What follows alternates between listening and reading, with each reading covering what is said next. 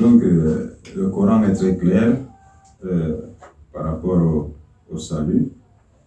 Allah subhanahu wa ta'ala nous dit dans le Saint-Coran, celui qui obéit en Allah et à son messager a cette réussite, une réussite immense. De l'autre côté, Allah subhanahu wa ta'ala dit, celui qui désobéit en Allah, dans la sourate 72, verset 23, celui qui désobéit en Allah et à son messager va hériter le feu de l'enfer. Il ne faudrait pas que nous soyons hors sujet, il faut que nous soyons dans le sujet pour que ceux qui nous écoutent là soient vraiment situés. Parce que là, il s'agit de la mort et de la vie. C'est une question de la mort des gens. C'est très important. On ne doit pas jouer avec ça. Ici, le thème déjà même à connotation islamique, donc musulmane. Oui. Est-ce que l'islam garantit le salut des musulmans? Est-ce que l'islam garantit le salut des musulmans? Le musulman qui est dans l'islam, qui pratique l'islam, quelles que soient ses œuvres-là, est-ce que c'est sûr qu'après sa mort, il ira au paradis? L'imam est là, tout à l'heure, il ne le souhaite pas, mais s'il mourrait tout à l'heure sur le plateau, où ira son âme? C'est là la question. Donc il doit nous présenter sa religion, il doit nous présenter comment on est sauvé dans l'islam, et comment l'islam peut maintenir le salut, donc garantir le salut de l'âme. C'est là la grande problématique aujourd'hui. Donc, à lui de montrer que l'islam garantit le salut, il est convaincant. Ses arguments sont vraiment limpides et clairs. Peut-être qu'on peut devenir imam, on peut devenir pardon, musulman. Parce que moi, il y a déjà 2 sultans à la maison. J'ai mon petit chapelet dans ma valise. J'ai également 2 paires de babouches. Donc, il reste seulement peut-être la natte que peut-être il va m'offrir s'il est convaincant. Je peux le suivre à partir d'aujourd'hui. Dans un autre verset du Coran. Dans un autre, après avoir dit dans la Surah 46, verset 9, qu'il ne sait pas ce qui lui est réservé après son parcours terrestre, alors un autre verset dit encore. Surah 72, 21. Surah 72, verset 21. On lit. La Surah est intitulée les djinns. Les djinns, c'est les génies, les démons. C'est le nom que porte cette Surah-là. Génie, démon. Vas-y. On lit. On lit. Dit. Oui. Je ne possède aucun moyen pour vous faire du mal. Mohamed, il faut dire la vérité à tes gars qui sont scellés derrière toi là. Que tu ne possèdes aucun moyen pour leur faire du mal là. Ni pour vous mettre sur le chemin droit. Dis-leur la vérité que toi, étant un ténébreux, tu ne possèdes également aucun moyen pour les mettre sur le chemin droit. Je vous apprends qu'il y a 2 chemins. Il y a le chemin de la perdition et le chemin du ciel. Alors, si Mohamed n'a aucune capacité de mettre mon frère qui est là, Cheikh Ali Sanga, sur le chemin droit, alors quel rôle Mohamed est-il venu jouer dans la vie de cet homme qui est assis là? Quel rôle est-il venu jouer? C'est une question rhétorique, je pose, et puis je parle puisque j'ai toujours mes 10 minutes. Alors, vous voyez, c'est pour dire à mon frère, parce que peut-être qu'il n'avait pas encore vu ces versets. C'est pour interpeller mon frère. Je ne peux pas le haïr parce que notre Seigneur Jésus-Christ est amour. Et il nous demande d'aimer même nos ennemis. Mais il n'est pas mon ennemi, c'est mon adversaire. Parce que nous avons des points de vue antagonistes. Vous voyez? Alors, voici ce que Mohamed, qui est le commandant du bateau. Un capitaine qui est dans le bateau, qui conduit un bateau, et qui prévient en même temps, c'est-à-dire qu'au milieu de la mer, en plein milieu de mer, il dit que je ne sais pas où je conduis le bateau dans lequel vous êtes. Pourquoi? Parce que moi-même, je ne connais pas mon sort. Bon, si l'homme de Dieu ne connaît pas son sort, c'est toi qui es derrière, tu es zélé, il va connaître ton sort. Frère, il faut que nos frères musulmans ouvrent les yeux. Après, c'est pas fait de dire non, je vais parler beaucoup, les gens vont m'acclamer, ils vont me subventionner pour envoyer l'argent, nourrir ma famille. C'est pas ça, le salut va au-delà de tout ça. Parce que tu vas mourir, oui, avec les biens sur la terre, mais ton âme qui meurt là, ça va où? On va prendre Sahih Bukhari, tome 4, page 871. Sahih Bukhari. Écoutez bien, après le Coran, c'est Bukhari, et lui, il a confirmé ta fois ici. Bukhari, quand il parle, même les deux grandes branches islamiques sont d'accord. Les chiites et les sunnites sont d'accord, ils disent Amin. Parce que c'est le dit le plus respecté dans l'islam. Vas-y. Sahih Bukhari. Oui. Volume 4, page 871. Oui, numéro 6467. Écoutez bien cela, c'est là que je vais chuter. Écoutez pour que notre frère là puisse répondre à ça. Très important. Vas-y. Le prophète dit. Le prophète Mohammed alayhi salatu wa salam dit. Faites au mieux. Faites, il dit à mon frère qui est assis là, il faut faire de ton mieux. Essayez de vous rapprocher de l'idéal. Il faut faire, pas pour être dans l'idéal, mais pour te rapprocher de l'idéal. Autant que vous pouvez et soyez optimiste. Autant que tu peux. Et il faut être optimiste, il faut penser positivement. Car personne n'accédera, Car personne des musulmans n'accédera au paradis grâce à ses bonnes œuvres. Mohamed dit qu'aucun musulman ne peut aller au paradis grâce à ses bonnes œuvres. Tout à l'heure dans son introduction, vous voyez qu'il ne croit pas même à ce que Mohamed a dit. Il a mis l'accent sur ce que le comportement, ce qu'il va faire des bons. Mohamed dit que son frère qui est là, il n'est pas véridique. Personne On n'accédera. n'a pas dit personne, sauf le Mamou Sanga. Personne n'accédera Ne partira au paradis grâce à ses bonnes œuvres. grâce à sa conduite, grâce à ses nombreuses bonnes œuvres. Vas-y. Même toi. On dit quoi? Même toi, en fait, Mais Dieu, maintenant il y a quelqu'un qui est là, qui écoute, qui a entendu cette parole qui est choquante. Dit, mais attends. Ok, nous on a compris. Même toi aussi, le prophète même. Demande-t-on. Même moi. Il dit, Mohamed dit, oui, même moi. À moins que Dieu ne me fasse grâce. À moins que Dieu ne me fasse grâce. C'est-à-dire, moi-même De son pardon. De son pardon. Voilà. Est-ce que c'est comme ça un guide peut parler? Tu conduis des milliards de personnes et tu dis comme ça que personne ne peut aller au ciel grâce à ses bonnes œuvres. Oh, eux, ils ne savent pas ça. Ils ne vont aller au ciel grâce à leurs bonnes œuvres. Quel être humain qui est digne de faire beaucoup de bonnes choses sur la terre que ses mauvaises œuvres? Ce qu'on fait de mauvais est toujours beaucoup que ce qu'on fait de bon. L'imam qui est là, il le sait. Depuis par jour, ce qu'il a fait de bon, il peut compter, mais ce qu'il a fait de mauvais, il ne peut pas compter. Parce que chaque seconde, il pêche, même en pensée, en acte, en regard. Tout ça, c'est les péchés. Alors Mohamed dit que personne ne peut aller parmi eux là-bas au ciel grâce à ses bonnes œuvres. Mohamed le met en garde avant qu'il prenne ça tout à l'heure, ses premières 10 minutes. S'il veut parler des œuvres déjà, c'est un mécréant selon Mohamed lui-même. Sourate chapitre 33, verset 35. Sourate chapitre 33, verset 35, je dis bien, il est écrit, les musulmans et musulmanes, croyants et croyantes, obéissants et obéissantes, loyaux et loyales, endurants et endurantes, craignants et craignantes, donneurs et donneuses de monde, comme je dis dans la Bible, jeûneurs et jeûneuses, comme je dis dans le passage biblique, gardiens de leur chasteté, ça veut dire que ceux qui ne forniquent pas, ceux qui gardent leur chasteté, et gardiens de leur chasteté et gardiennes, les hommes et les femmes qui ne forniquent pas, et qui ne commettent pas l'adultère. Invocateurs souvent d'Allah et invocatrices, invocation. Ici on a le mot, on a invocation. Allah a préparé pour eux un pardon et une énorme récompense. Vous avez suivi ce qu'il dit? On a obéissant, obéissante, loyaux et loyales, endurants et endurantes, craignants et craignantes, donneurs et donneuses de monde, jeûneurs et jeûneuses, gardiens de leur chasteté et gardiennes, invocateurs souvent d'Allah et invocatrices. Allah a préparé pour eux un pardon et une énorme récompense. La récompense ici c'est quoi? C'est le paradis, c'est le salut. Je pense que j'ai répondu à votre question ici. Voilà une série d'œuvres qu'il faut faire. Et il y en a beaucoup. Voilà une série d'œuvres qu'il faut faire.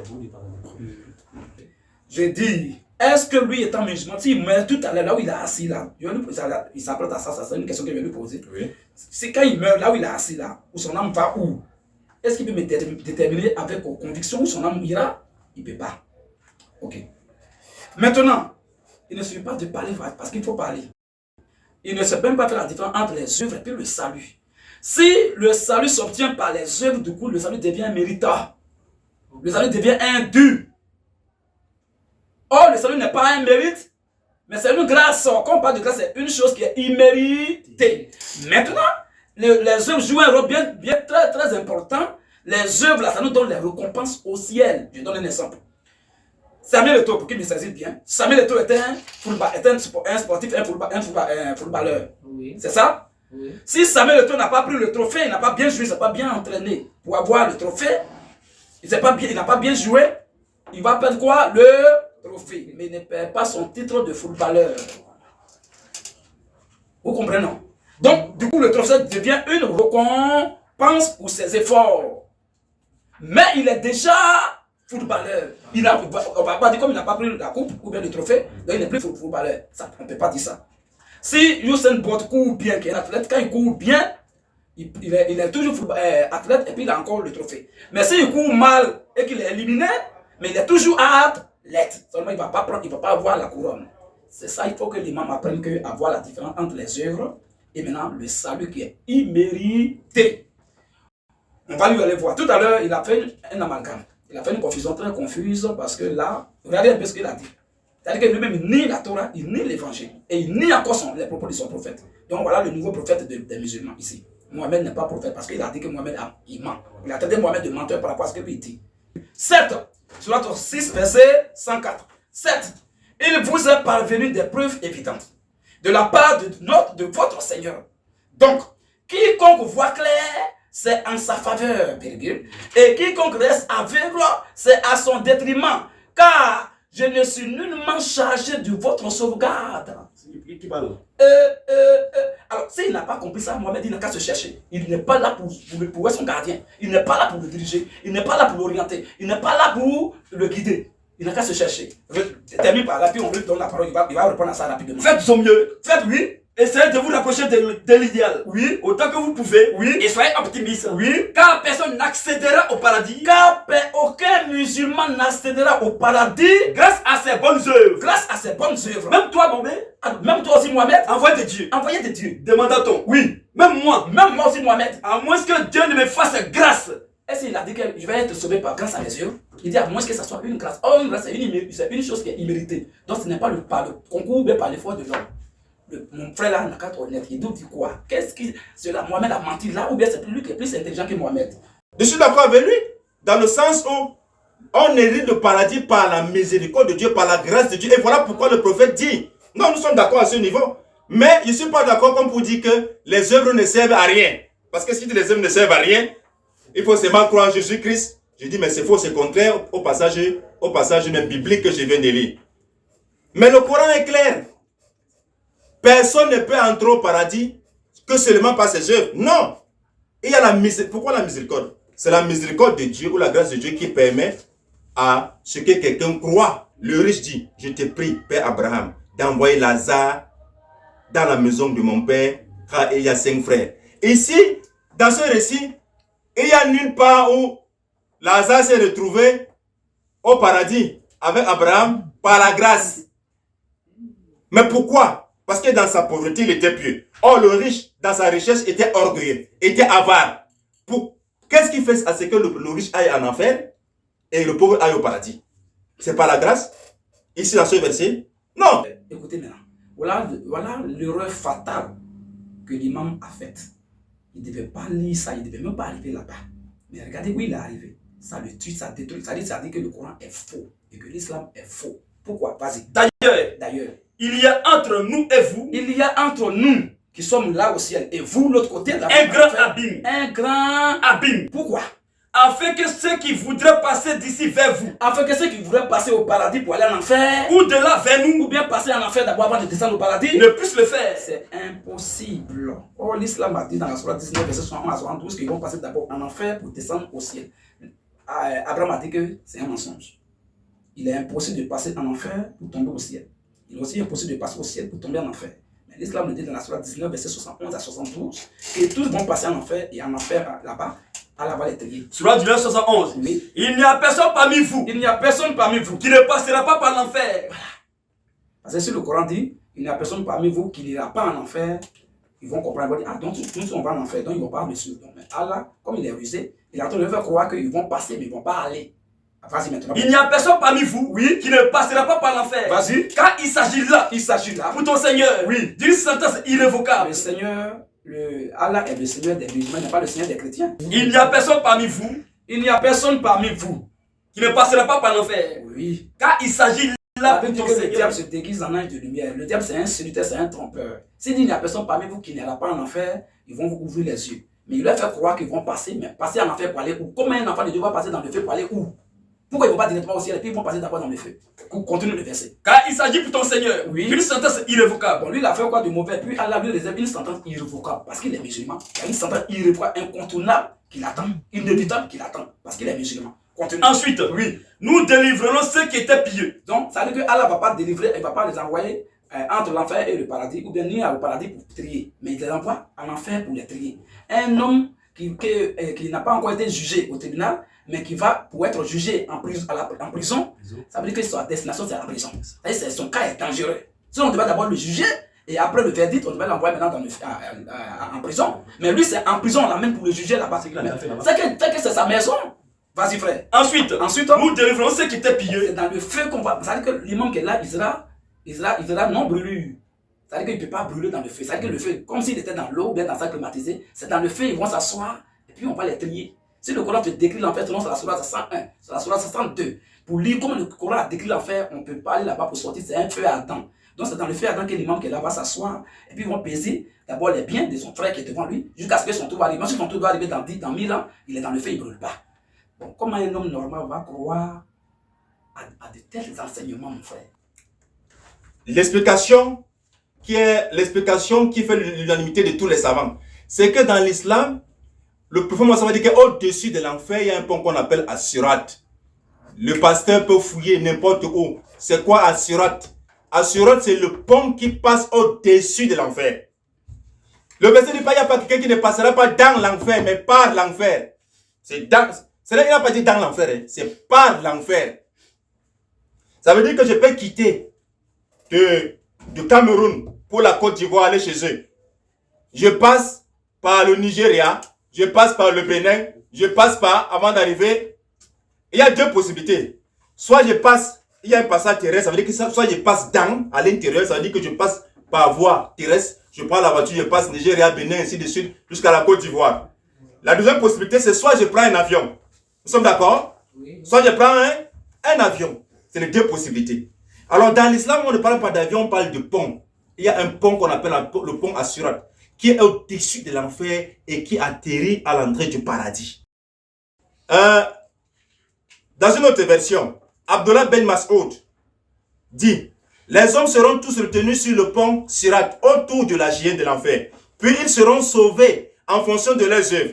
Il y aura ceux qui traverseront le pont à la vitesse de l'éclair, d'autres à la vitesse du vent, d'autres comme un vol d'oiseau, d'autres à la vitesse de chevaux, de race ou de chameaux, pardon, d'autres à la vitesse de la course de l'homme, et leur dernier aura une lumière qui ne dépassera pas les pouces de ses oreilles. Et il glissera et tombera. Ce pont est une glissade munie des arrêts, c'est-à-dire des crochets, sur les deux bords. Se trouveront des anges tenant des grands ponts au feu par lesquels ils saisiront les hommes. Mubashir, la femme de Saïd ben Haritha, rapporte que l'envoyé de Dieu, l'envoyé d'Allah, qu'Allah le bénisse et le salue, se trouvait dans l'appartement de Hafsa quand je l'ai entendu dire: quiconque a participé à la bataille de Badr et a prêté serment d'allégeance le jour de Hudaybiyah n'entrera pas en enfer. Hafsa lui dit: Dieu n'a-t-il pas dit ceux-là sont tous précipités sans exception? Il lui répondit: mais il y a à la suite, je sauverai ensuite les soumis. Explication encore, Ibn Kathir, il a les gros livres d'Ibn Kathir ici, il faut qu'il lise. Une fois, les hommes auront passé sur le pont à une vitesse qui sera proportionnelle à leurs œuvres, les autres tomberont en enfer. Puis les anges, les prophètes et les croyants intercéderont en faveur des autres croyants qui auront commis des grands péchés dans le bas monde. Grâce à leur interception, une grande foule sortira. Voilà pourquoi Allah dit: nous allons retirer une partie du feu de l'enfer. D'après Abu Saïd, qu'Allah l'agrée, le prophète, que le prière d'Allah et le salut soient sur lui, a dit: personne n'entrera dans le paradis si ce n'est pas la miséricorde d'Allah. C'est ça, non? Oui. Lisez s'il vous plaît. C'est grâce là, c'est ça que je dis. Non, je dis au début du hadith. Grâce à la fin. Au mieux, essayez de vous rapprocher de l'idéal, autant que vous pouvez. Non, le prophète dit. Non, le début du hadith. Le prophète dit. Oui, vas-y. Faites au mieux, essayez de vous rapprocher de l'idéal, oui, autant que vous pouvez. Et soyez optimistes, car personne n'accédera au paradis grâce à ses bonnes œuvres. Voilà le hadith que j'ai dit aussi ici. Oui. Permettez-moi. Non, continue, ça va finir. Même toi, lui, il pense à grâce. Vas-y, continue. Envoie de Dieu. Oui. Demande-t-on. D'accord. Et puis, Mohamed dit: même moi. Oui. À moins que Dieu ne me fasse grâce de son pardon et de sa miséricorde. D'accord, je lis le même hadith. Écoutez, je lis le hadith complet ici. Rapporté par... Permettez-moi. Rapporté par Ahmed, authentifié par Cheikh Albani dans Sahih Targhib. Permettez-moi, je lis. Suivez-moi très bien. D'après Abu Saïd, qu'Allah l'agrée, le prophète, que la prière d'Allah et son salut soient sur lui, a dit: personne n'entrera dans le paradis si ce n'est pas la miséricorde d'Allah. Je vais donner la référence. Ils ont dit, même toi, écoutez s'il vous plaît, ils ont dit, même toi, ô messager d'Allah, le prophète sallallahu alayhi wa sallam a répondu, même moi, sauf si Allah me couvre de sa miséricorde. Voilà. Et, au début, il a dit, le prophète Mohammed a dit, personne n'entrera au paradis si ce n'est pas la miséricorde d'Allah. C'est la partie qui manque dans votre hadith. Non, hein. Non. Permettez-moi, je vous le s'il vous plaît. À l'indice du début de hadith, on explique ici. C'est-à-dire que les bonnes actions, aussi nombreuses soient-elles, ne sont pas suffisantes pour mériter ce qu'Allah a préparé comme récompense pour ses serviteurs dans le paradis. Ils sont en train de venir. C'est vrai. Ils sont en train de venir. C'est propre. C'est ce qu'on disait. Les bonnes actions sont une cause pour obtenir la miséricorde d'Allah. Et c'est uniquement par la miséricorde d'Allah que les habitants du paradis vont y entrer. Non, mais c'est ça. Non, c'est ça. Je n'ai pas dit le contraire. Et pour aller Je n'ai pas dit le contraire. top 2, Oui. page 1157. Lis, vas-y. Les compagnons disent au prophète, Oui, envoyé de Dieu, oui. apprends-nous comment prier pour toi. Merci. Voilà. Il a dit, dites, Oui. deux points. Oui, Seigneur, oui. accorde ton salut à Muhammad. Oui. Ah, eux, vraiment, ton salut. Ton salut à Muhammad. Je réponds maintenant, c'est ça qu'il voulait savoir. C'est ça qu'il voulait savoir, je peux répondre. Voilà. Ici, le salut, ici, ce n'est pas le salut pour le paradis, c'est la salutation. Et il y a plusieurs fois. Non, le salut, ce n'est pas saluer. Ce n'est pas, je veux dire, ce n'est pas le paradis. Accorde ton salut à Mohamed. Non. La prière, le salut, c'est quoi? C'est la salutation. Alors, regarde un peu. On dit comment on doit prier pour toi. On n'a pas dit comment on doit te saluer, ou bien comment on doit te vanter, ou bien comment on doit te faire tes éloges, mais comment on doit prier pour toi. Maintenant, quoi dire? Les compagnons disent au prophète. Donc, il est plus éloquent que Bougari, hein? Félicitations, mon frère. Félicitations. Hein. Les compagnons disent au prophète. Oui. Envoyé de Dieu. Oui. Apprends-nous comment prier pour toi. Apprends-nous comment on va prier pour toi. Il a dit. Il lui a dit, Dites, dites. Seigneur, Est-ce que vous savez que quand on a besoin, on dit pour vous, on peut dire bonjour, bonsoir, bien salut, mais on dit Seigneur, accorde ton salut à Muhammad, virgule. non, c'est le Seigneur qui va saluer moi, pas bien quoi. Lis ça en arabe.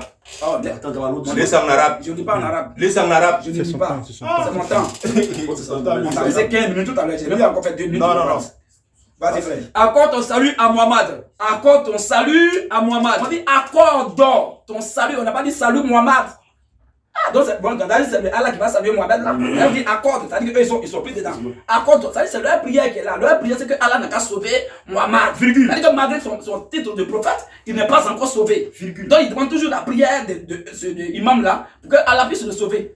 Maintenant si lui, il faut qu'on prie pour lui pour qu'Allah le sauve là. Bon, et lui là qui prie pour lui. Faut pas qu'il Accorde ton salut à Muhammad. accorde ton salut à Muhammad. Virgule. À ses épouses. À ses Épouses. oui. Et à sa. Attends. Voilà. Depuis quand lui salue épouse voilà. Depuis quand tu salues épouse de Muhammad, c'est tes nombreuses épouses là. Depuis quand tu les salues, on a fait exprès. Tu voyais non? C'est comme ça on attrape toujours. J'ai dit je suis habitué aux musulmans.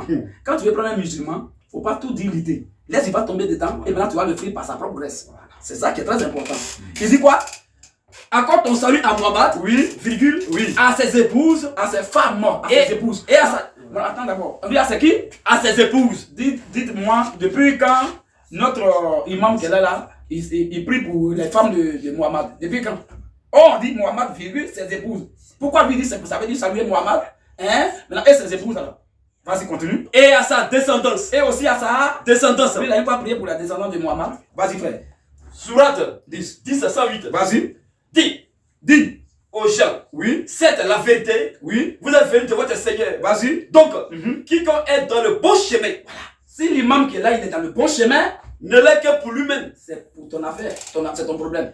Et quiconque s'égare, Et si tu vas en enfer, ne s'égare qu'à son propre détriment. c'est tant pis pour toi. Je ne suis nullement un protecteur pour vous. Hein. Je ne suis nullement un protecteur pour vous. Bon. Il est venu jouer quel rôle là? On n'a pas encore fini, on va continuer, frère. Sourate, maintenant 39, verset 41, le dernier verset. Sourate 39, 41. Sourate 39 à Ça, on appelle ça la sourate de casse-tête. Sourate 39, verset 41. Il dit tout à l'heure, on prend un seul verset. Maintenant, on a pris maintenant déjà 4 versets. Il va nous expliquer ça. Vas-y. Sourate 39, Ça, il 41. est souligné ici.